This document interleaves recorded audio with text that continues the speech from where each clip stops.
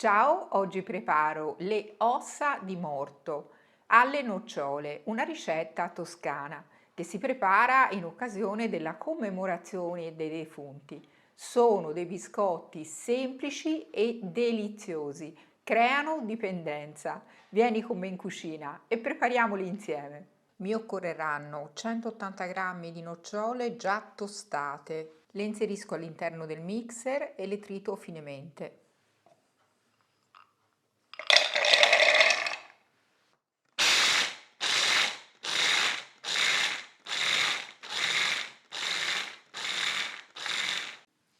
Tritate le nocciole, le sistemo in un contenitore. Verso 70 g di albumi nella terrina, un pizzico di sale ed inizio a schiumarli con lo sbattitore elettrico.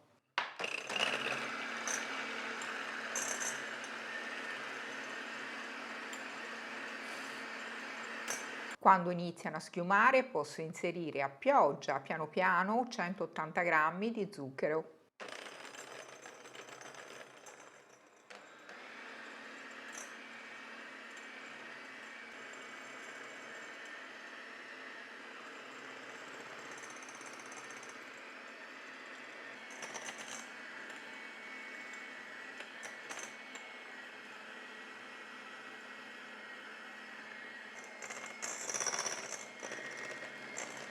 Ottenuto questo tipo di risultato, posso aggiungere le nocciole tritate. Mescolo con la spatola facendole assorbire. Setaccio 3 g di lievito per dolci. Aggiungo 200 g di farina zero, una farina debole. Volendo puoi mettere anche la 00 ed impasto.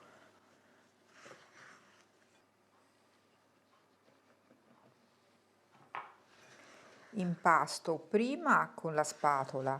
Quando il composto inizierà ad essere meno appiccicoso, con le mani.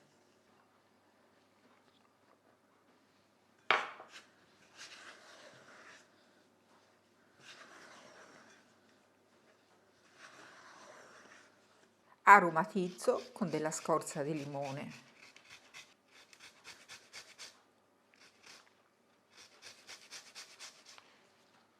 Inserita tutta la farina, il composto sarà lievemente appiccicoso, quindi potrai lavorarlo con le mani. Lo sistemo sul piano di lavoro, se necessario aiutati leggermente con una spolverizzata di farina.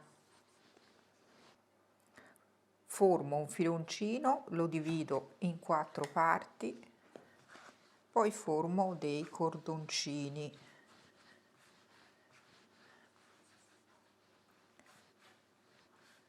Lavora l'impasto con delicatezza, senza pressarlo troppo, per non farlo sfaldare. Divido il cordoncino in pezzetti lunghi circa 4-5 cm, puoi farli in realtà come preferisci, anche più lunghi, se vuoi rappresentare le ossa di morto.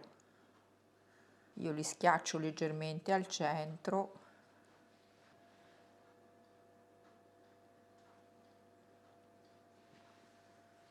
Puoi dargli la forma allungata, ma in realtà puoi anche dargli una forma circolare. Non devi far altro che tagliare il cilindro e poi schiacciarlo leggermente.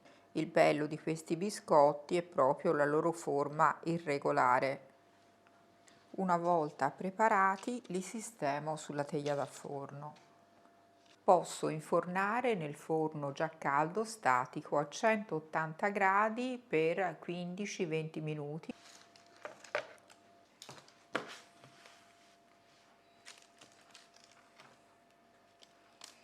Ecco i biscotti pronti, li lascio freddare e poi prova assaggio.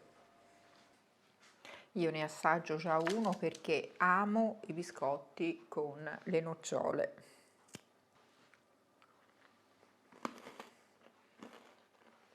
Sono la fine del mondo, devi assolutamente provarli.